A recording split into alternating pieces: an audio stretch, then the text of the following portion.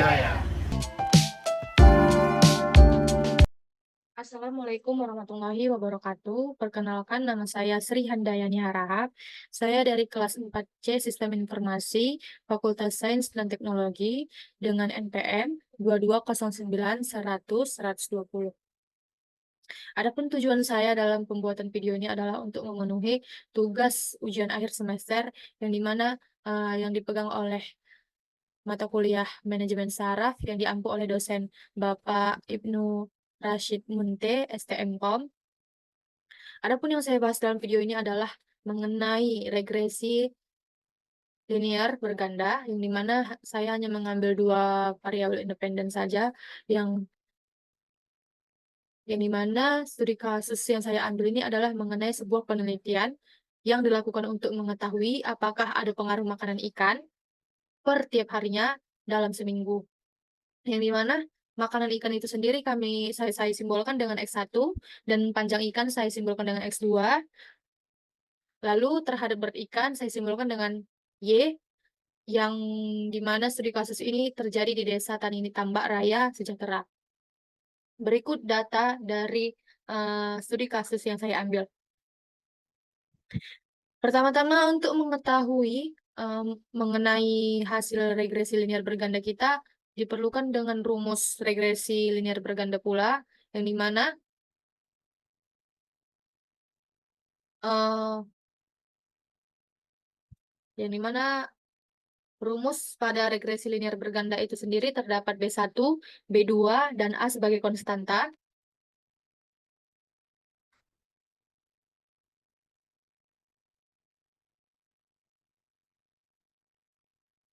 Nah, analisis regresi linear berganda adalah hubungan secara linear antara dua atau lebih variabel independen, yakni X1, X2, sampai dengan Xn, dengan variabel independen Y. Adapun persamaan regresi linear berganda itu sendiri adalah rumusnya itu ini. Y sama dengan A tambah B 1X1 ditambah B 2X2 sampai dengan seterusnya, dan sampai dengan Bn Xn. Nah, sebelum kita mengetahui apa itu regresi linear berganda, regresi linear berganda itu sendiri adalah model regresi linear dengan melibatkan lebih dari satu variabel bebas atau prediktor. Untuk mengetahui nilai X1, nilai sigma X1 kuadrat, diperlukan rumus sebagai berikut. Nah, untuk mengetahui nilai sigma X1 kuadrat ini adalah kita harus menggabungkan menggunakan rumus persamaan regresi berganda ini, yang dimana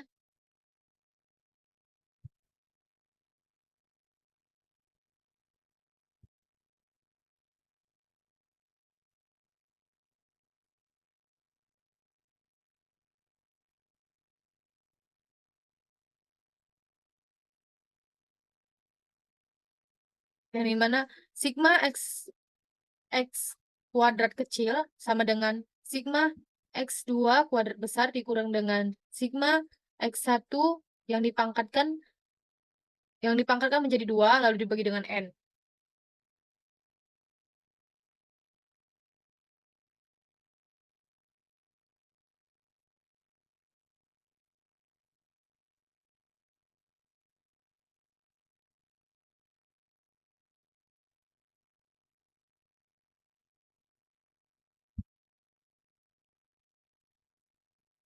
Nah, untuk mencari nilai N ini sendiri adalah eh, nilai N sendiri ini adalah jumlah dari datanya sama dengan rumusnya sama dengan count, kita blok data X1, lalu kita enter. Maka dihasilkan 12 sesuai dengan jumlah datanya. Nah, untuk mengetahui nilai sigma X1 pangkat 2-nya ini adalah Sigma X2 kuadrat sama dengan Sigma X Sigma X1 kuadrat besar dikurang dengan Sigma X1 dikuadratkan lalu dibagi menjadi 2. Sigma X1 kuadrat besar itu adalah yang ini, lalu dikurang dengan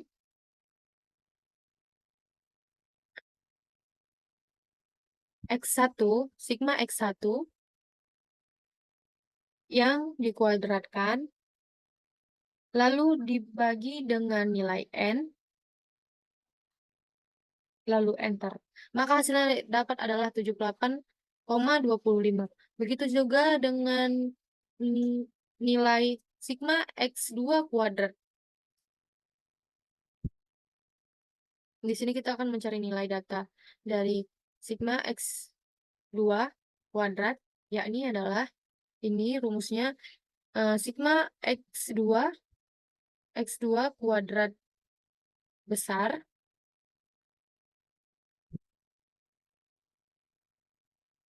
dikurang dengan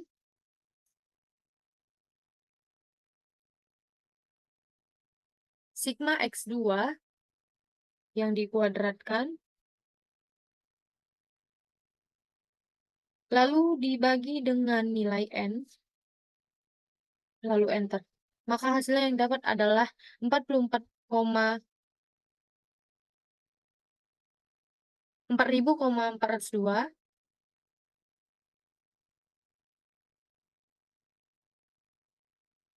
Lalu untuk mencari nilai X Sigma Y2 kuadrat ini adalah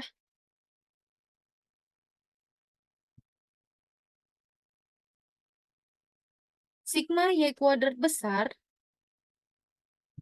dikurang dengan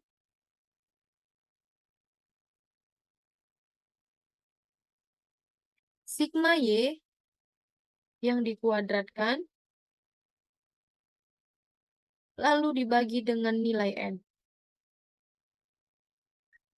Enter, maka hasilnya dapat adalah 1506,25.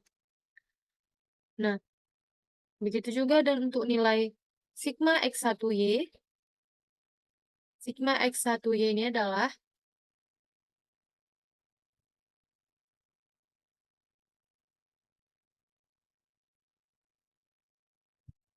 Sigma X1Y besar dikurang dengan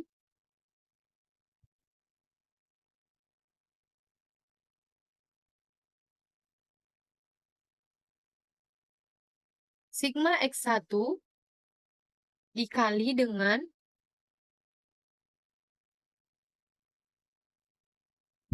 Sigma Y2. Sigma Y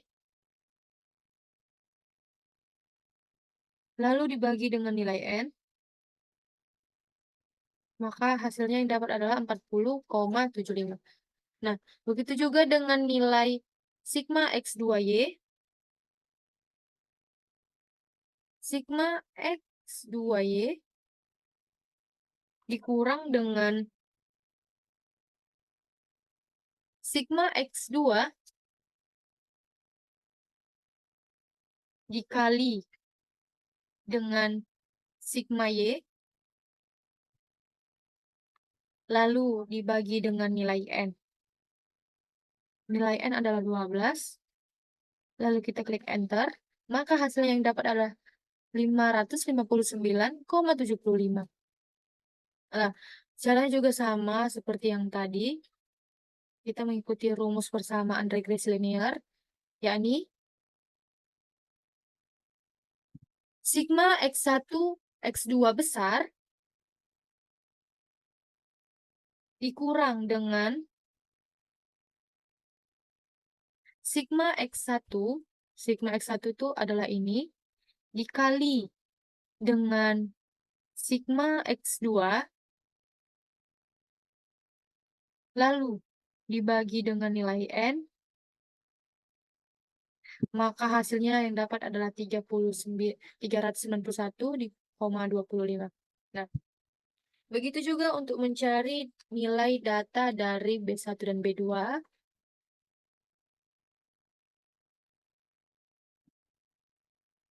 Nilai data dari B1 dan B2 adalah sigma X2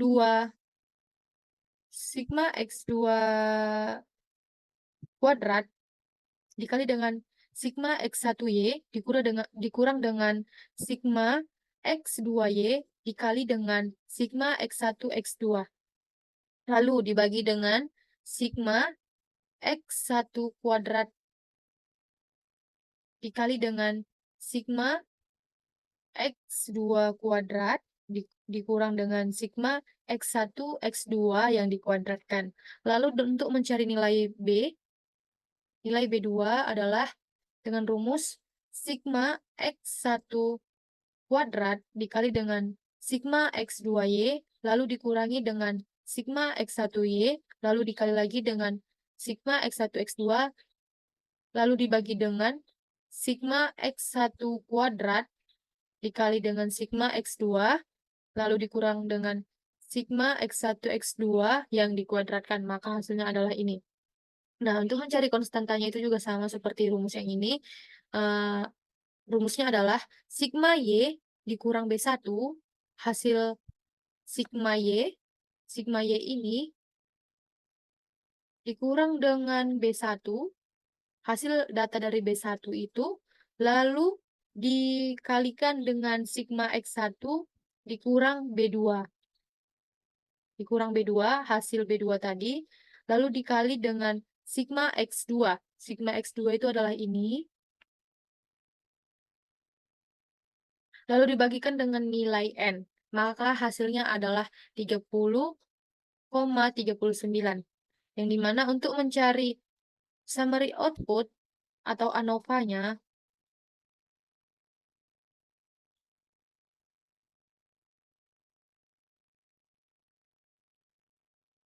untuk mencari data analisisnya adalah dengan uh, klik sembarang tempat yang dimana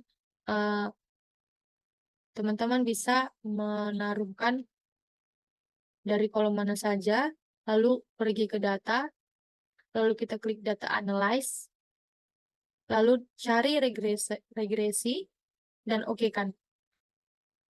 Nah, dalam input Y range ini, kita masukkan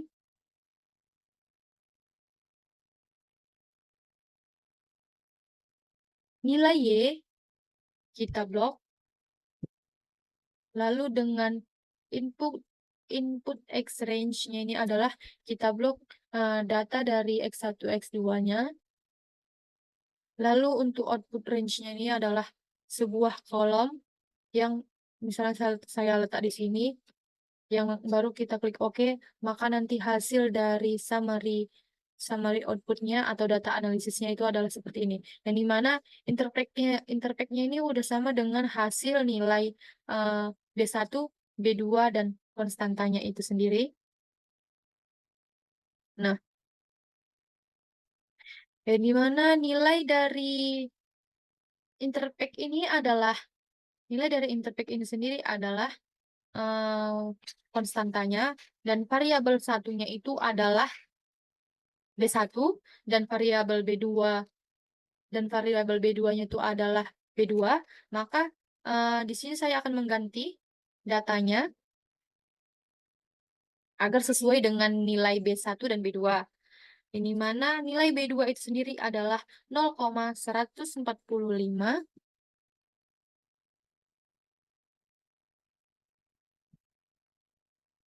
dan nilai variabel B2 itu adalah,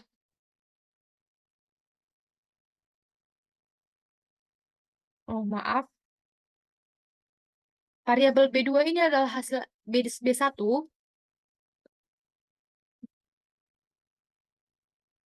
karena saya tadi asal letak tempat, jadi datanya itu tidak sesuai.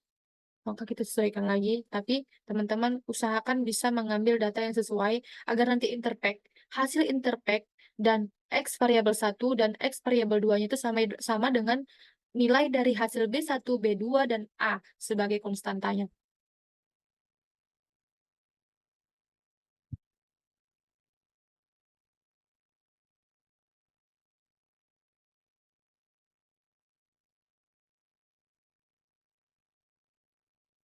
Nah, seperti yang saya bilang tadi adalah interpack-nya ini adalah diambil dari hasil data nilai A atau konstantanya,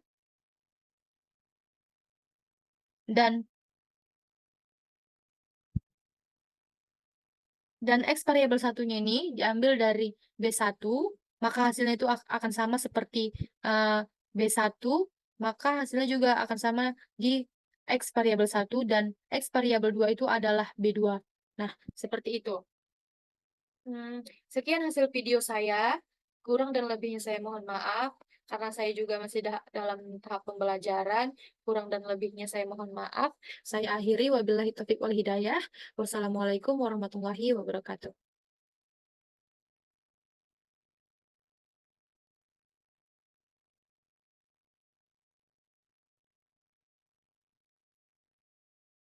Tuh, perkenalkan nama saya Iwan Nasution dari kelas SI 4C.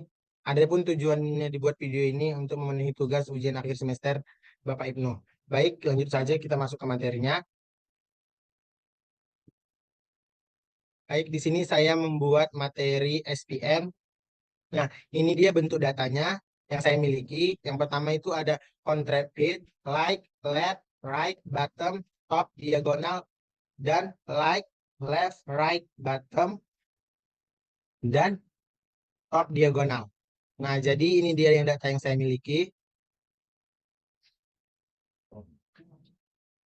Baik, baiklah kita akan langsung masuk ke SPM. Ini hasil SPM saya. Nah, di sini nampak ada min. Nah, min.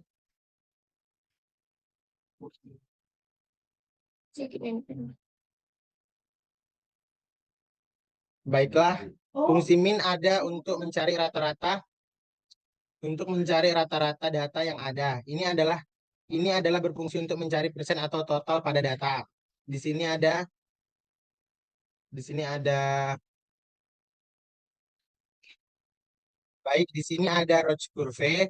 Roach curve adalah contoh kurva atau grafik di Excel. Kurva ini dapat dihasilkan dari dataset yang kita kerjakan. Nah, ini dia hasil dataset yang kita kerjakan. Ini hasil untuk mencari desimal pada performance matrix. Setelah itu, ini juga ada list of support vectors. Setelah itu,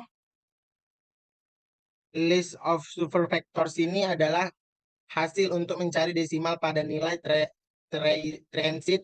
Ini adalah hasil dari semua data yang kita kerjakan. Nah, jadi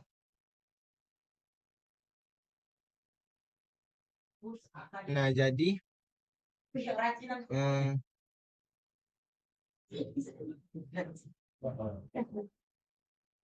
baik, inilah sedikit penjelasan saya tentang SPM. Tadi kawan-kawan sudah melihat di tampilannya, mungkin jika ada yang kurang atau lebih, mohon maaf karena kita masih tahap belajar dan saya akhiri. Assalamualaikum warahmatullahi wabarakatuh.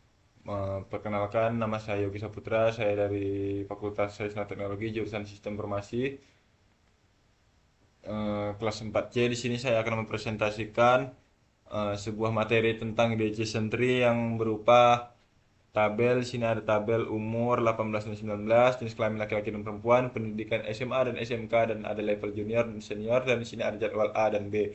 Di sini ada beberapa data dan beberapa angka yang berupa dari data tersebut. Di sini kita akan memasukkan rumus dari total. Di sini kita masukkan rumusnya saja. Dikurang jumlah A. Di sini jumlah A ada 7. Kemudian dibagi dengan keseluruhan data. dikalikan dengan M log 2. Jumlah A di sini ada 7 dibagi dengan keseluruhan data. Tambahkan ke kurung dikurang jumlah B. Di sini jumlah B ada 5. Kemudian dibagi dengan keseluruhan data. Keseluruhan data itu ada 12. Jadi kita kalikan dengan M log 2. M log 2 jumlah B. Jumlah B di sini ada 5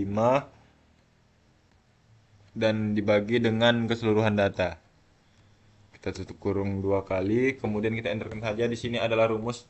Di sini adalah hasil dari total keseluruhan pada angka berikut ini. Untuk mempercepat kita akan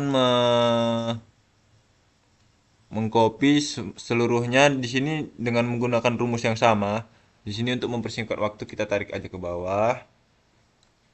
Nah, di sini kita langsung akan keluar hasilnya, dan bagi yang untuk kolom yang kosong kita tinggal hapus saja karena tidak ada data pada kolom tersebut.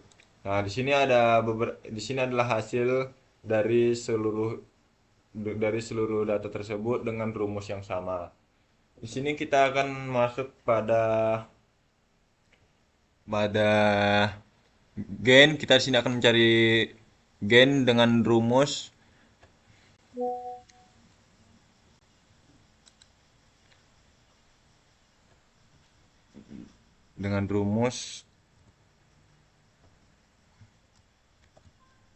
entropi total. Entropi totalnya di sini ada di sini. Kita klik, kemudian tutup kurung, dikurang, buka kurung 2 kali, jumlah umur 18.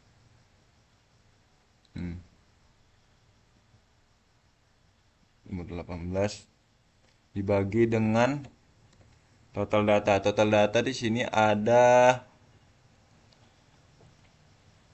total data.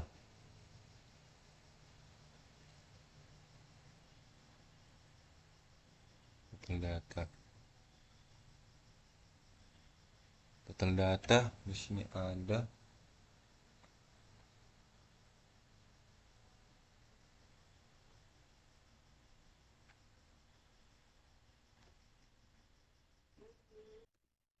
di sini kita akan memasukkan rumus dari gain. Untuk yang pertama kita masukkan saja rumusnya. Di sini kita masukkan entropi total. Entropi total itu ada ini. Entropi total, kemudian tutup kurung, dikurang, buka kurung, jumlah umur 18. Jadi jumlah umur 18 itu ada 9. Kemudian dibagi dengan total data. Total data itu ada 12. Tutup kurung.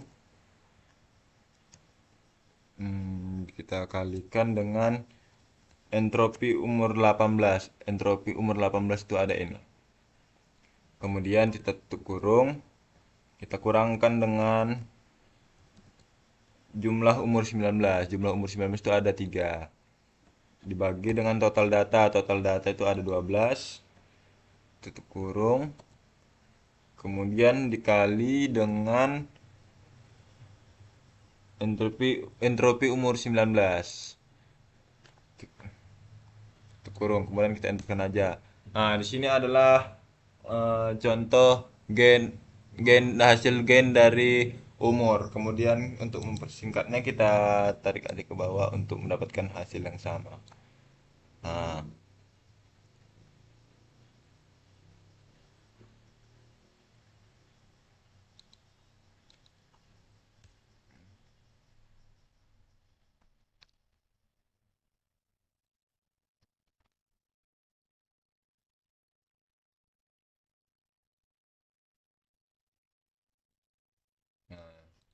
di sini adalah gain dari masing-masing untuk umur, jenis kelamin, pendidikan, dan level.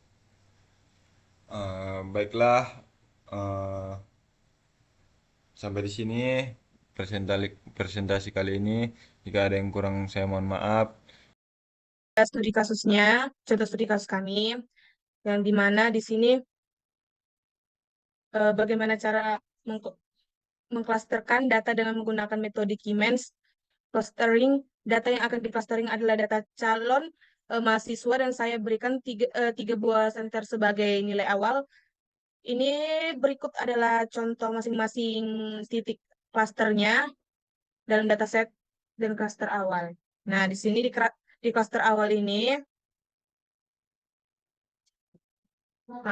nah di sini ada DC1, DC2, data cluster 2, data cluster 3. Nah, di sini kan data cluster satunya 0. Nah, ini rumusnya ini sama dengan SQRT A2 kurang D3 pangkat 2 ditambah B2 dikurang E6 pangkat 2. Baru kita enter. Nah, maka hasilnya data cluster satunya 0. Untuk mencari bawahnya tinggal ditarik aja. Nah, di data cluster 2 ini rumusnya sama dengan SQRT A2 dikurang F6 pangkat 2 baru ditambah B2 dikurang G6 pangkat 2. Nah, maka kita enter lagi. Nah, maka hasil data cluster 2-nya bisa ditarik lagi ke bawah gitu. Sama dengan D3 data cluster 3-nya juga sama seperti itu. Tinggal kita rumusnya di data cluster 3 ini sama dengan SQRT A2 dikurang H6 pangkat 2 ditambah B2 dikurang 16 pangkat 2. Maka kita enter juga. Nah, di sini ada kelas. Di kelas ada pengelompokan kelas dari 1 sampai 3. Nah, yang di sini rumusnya kita klik 2. Nah, di sini ada sama dengan IF, AN, AND, K7 di lebih besar. Lebih kecil dari L7, K7 lebih kecil dari M7, 1 if, N, L7 lebih kecil dari K7, L7 lebih kecil dari M7, 2, 3. Nah, kita enter aja. Nah, maka hasilnya ada di sini. Bisa kita tarik ke bawah. Nah, ini nilai rata-rata dari ya. Oke, kita lanjut lagi. Nah, yang ini adalah nilai rata-rata dari klaster yang sudah kita cari, dari studi kasus yang tadi udah kita cari itu. Maka inilah dia nilai rata-ratanya yang di bawah, yang ini semuanya. Baru dari kelas ini, dari literasi awal dapat disimpulkan bahwa pengelompokan calon mahasiswa yang akan membeli adalah ini kan, yang ini, yang akan lulus, mahasiswa yang akan lulus itu ada 2, yang ragu ada 2, dan yang tidak ragu ada 2 juga, karena yang tidak lulus 2. Maka di sini kan 2-2, ini 2, ini yang satunya 2, yang 3-nya 2, yang 2-nya juga 2.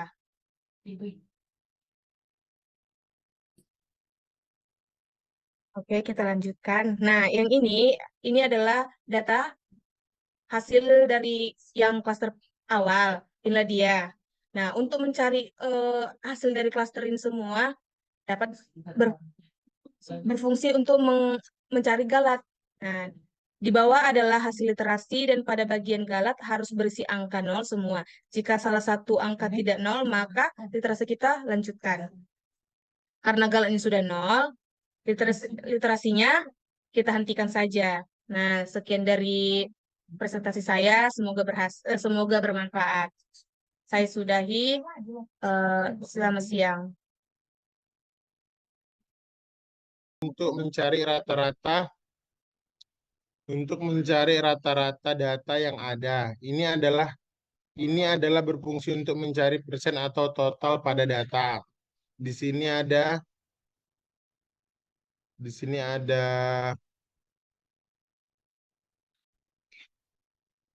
Baik, di sini ada Roach Curve. Roach Curve adalah contoh kurva atau grafik di Excel. Kurva ini dapat dihasilkan dari dataset yang kita kerjakan. Nah, ini dia hasil dataset yang kita kerjakan. Ini hasil untuk mencari desimal pada performance matrix. Setelah itu,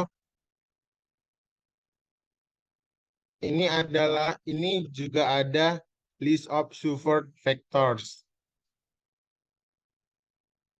Setelah itu, list of super vectors ini adalah hasil untuk mencari desimal pada nilai transit. Ini adalah hasil dari semua data yang kita kerjakan.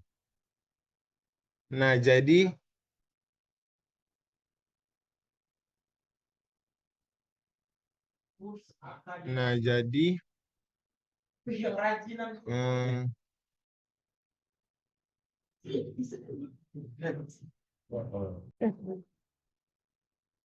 baik, inilah sedikit penjelasan saya tentang SPM.